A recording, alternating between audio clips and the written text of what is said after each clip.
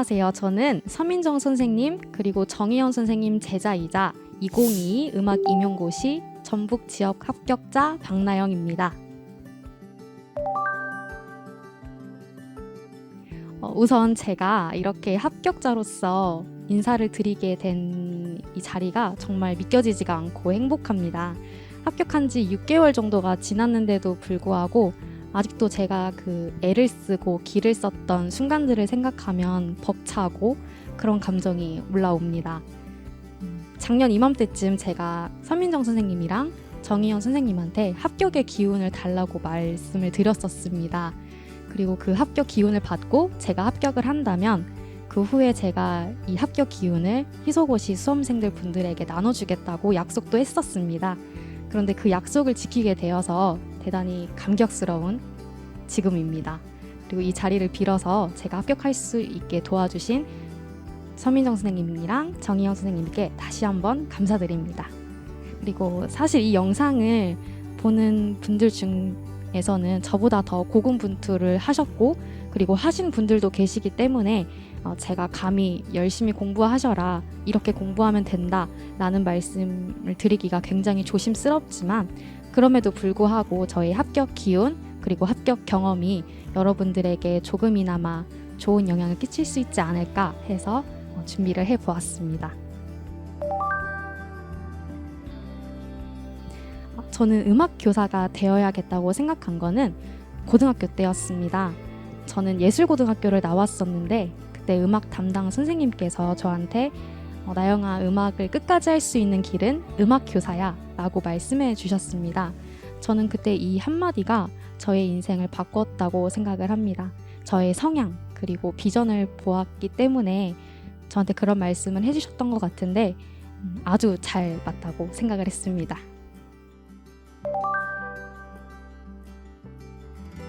네, 제가 본격적으로 공부 방법을 빠르게 표로 이렇게 하려고 했으나 제가 아직 전자칠판에 익숙하지 않아서 말로 간략하게 말씀드리겠습니다.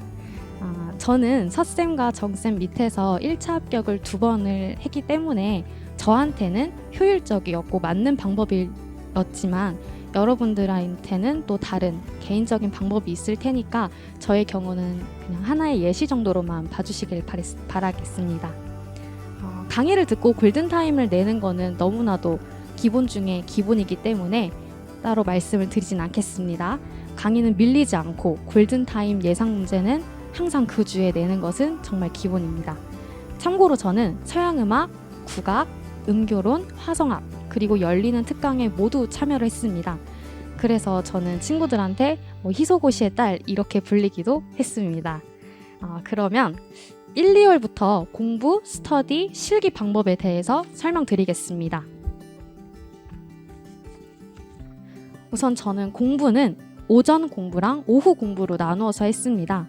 1, 2월 달에 오전에는 화성학 그리고 형식론을 공부했습니다. 그리고 교육학 백지 쓰기를 진행했습니다. 그리고 오후에는 서브노트를 만들었습니다. 서양음악, 국악, 음교론 이렇게 3개 과목을 서브노트를 만들면서 개론서랑 교재를 읽었습니다. 이때 서브노트는 교재를 바탕으로 뼈대를 세웠습니다. 그리고 이때 시기에는 스터디는 따로 하지 않고 운동만 1시간 정도를 했습니다.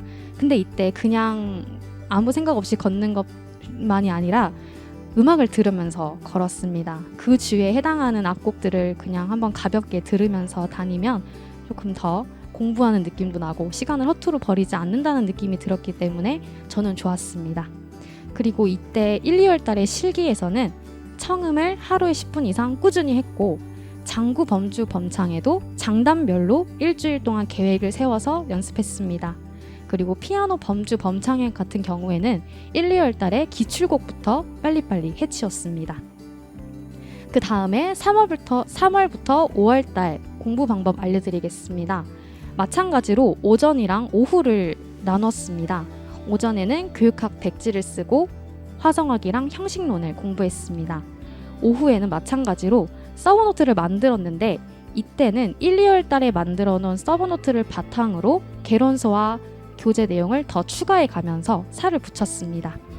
그리고 이때 나누어 주시는 골든타임의 문제에서도 여러 가지 소스를 얻을 수 있으니까 그때 서브노트에 굉장히 많이 추가를 했던 기억이 있습니다. 그리고 3월부터 5월달 스터디에서는 악곡 스터디를 매일매일 했습니다. 그 주에 배운 것들은 그 주에 해치우자라는 생각으로 성실하게 했습니다. 그리고 이때부터 백지, 전공 백지 쓰기도 함께 했습니다. 매일매일 국악, 서양음악, 음교론을 분량을 조금씩 나눠서 썼습니다. 그리고 마찬가지로 운동도 1시간 했습니다.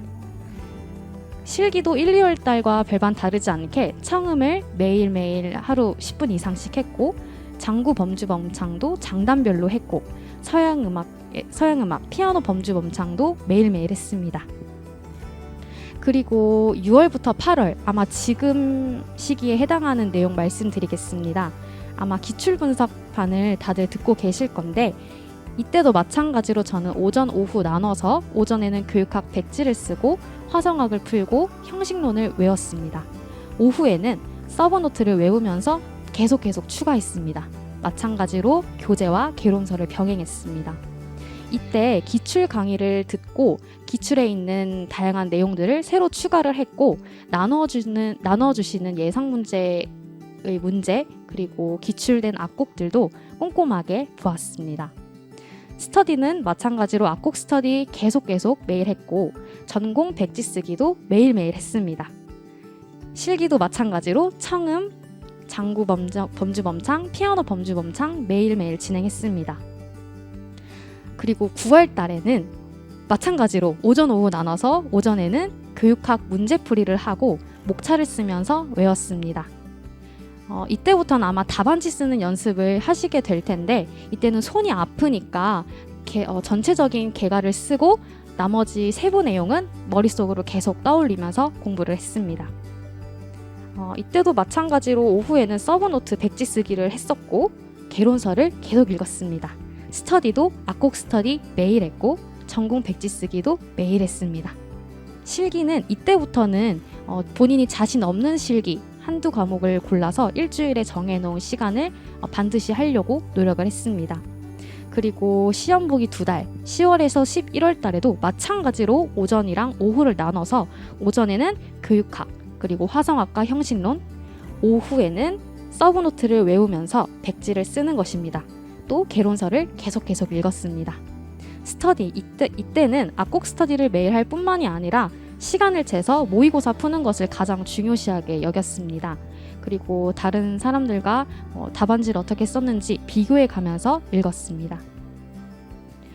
네, 이렇게 제가 간략하게 또 설명을 해보았는데 단순한 스케줄이 계속 반복되는 것을 알 수 있을 것입니다. 대신 점차 살을 붙여가면서 교재 내용, 기출 내용을 모두 다 제 것으로 만들었습니다. 어차피 우리는 서쌤과 정쌤의 가르침을 모두 받은 사람들이니까요. 그 배운 것을 계속 반복, 도드리 하면서 하시면 됩니다. 제가 공부하면서 가장 중요하게 생각했던 것은 암기뿐만이 아니라 인출해내는 능력이었습니다. 저는 백지 쓰기 도움을 가장 많이 받았는데요. 다른 사람의 백지 쓰기를 한번 보고 카테고리를 어떻게 나누었는지, 나의 백지와 어떻게 다른지, 내가 가지고 있는 5개념은 어떻게 되어 있는지 그런 것들을 중점적으로 보았기 때문에 저는 백지 쓰기 도움 많이 받았습니다.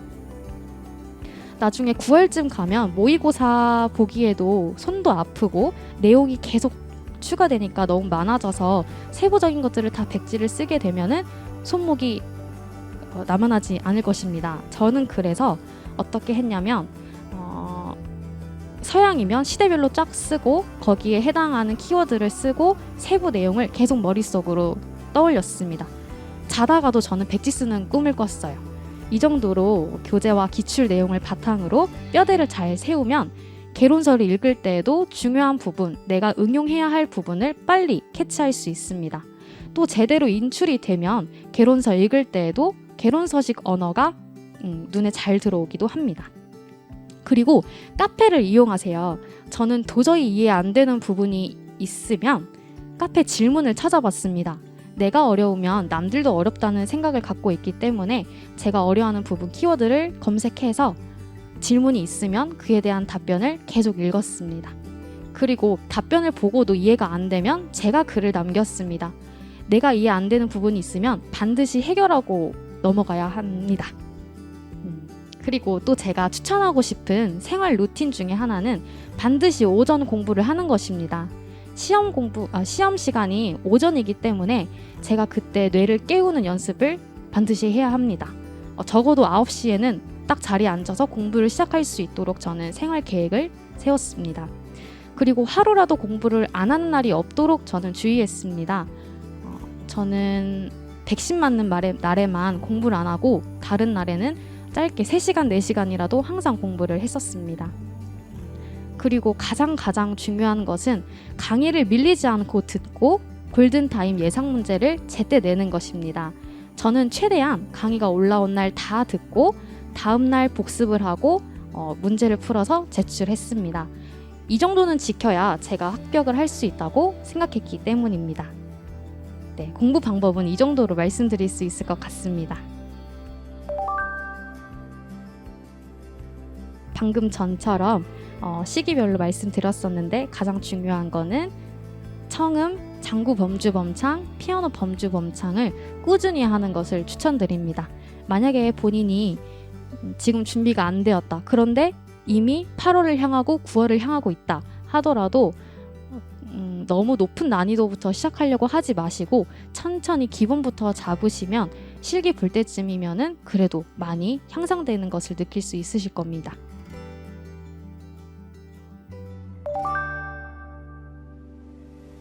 네, 사람마다 힘들어하는 시기와 우울의 깊이 정도가 다 다르기 때문에 정답은 없다고 생각합니다. 저의 경우에는 불투명한 미래에 굉장한 불안감을 느꼈습니다. 속이 답답하고 눈이 깜깜했습니다.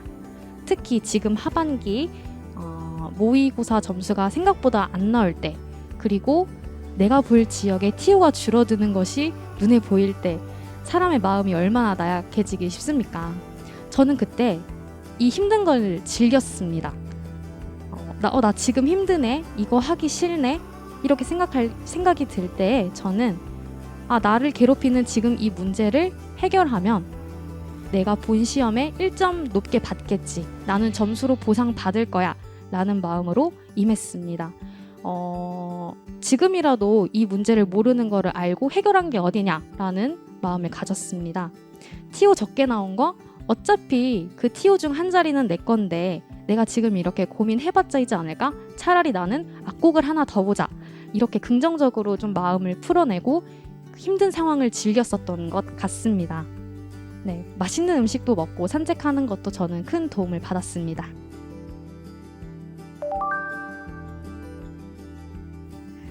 이미 여러분들은 희소고시에 와서 서민정 선생님과 정희영 선생님을 만났지 않습니까? 그것만으로도 저는 이미 환경이 최상으로 만들어졌다고 생각을 합니다. 이제 나만 잘하면 됩니다, 여러분. 요령 피우지 말고 차분하게 본인이 해야 할 일을 계획 세워서 차근차근 하다 보면 최종 합격자 명단에 그대들이 있을 것입니다.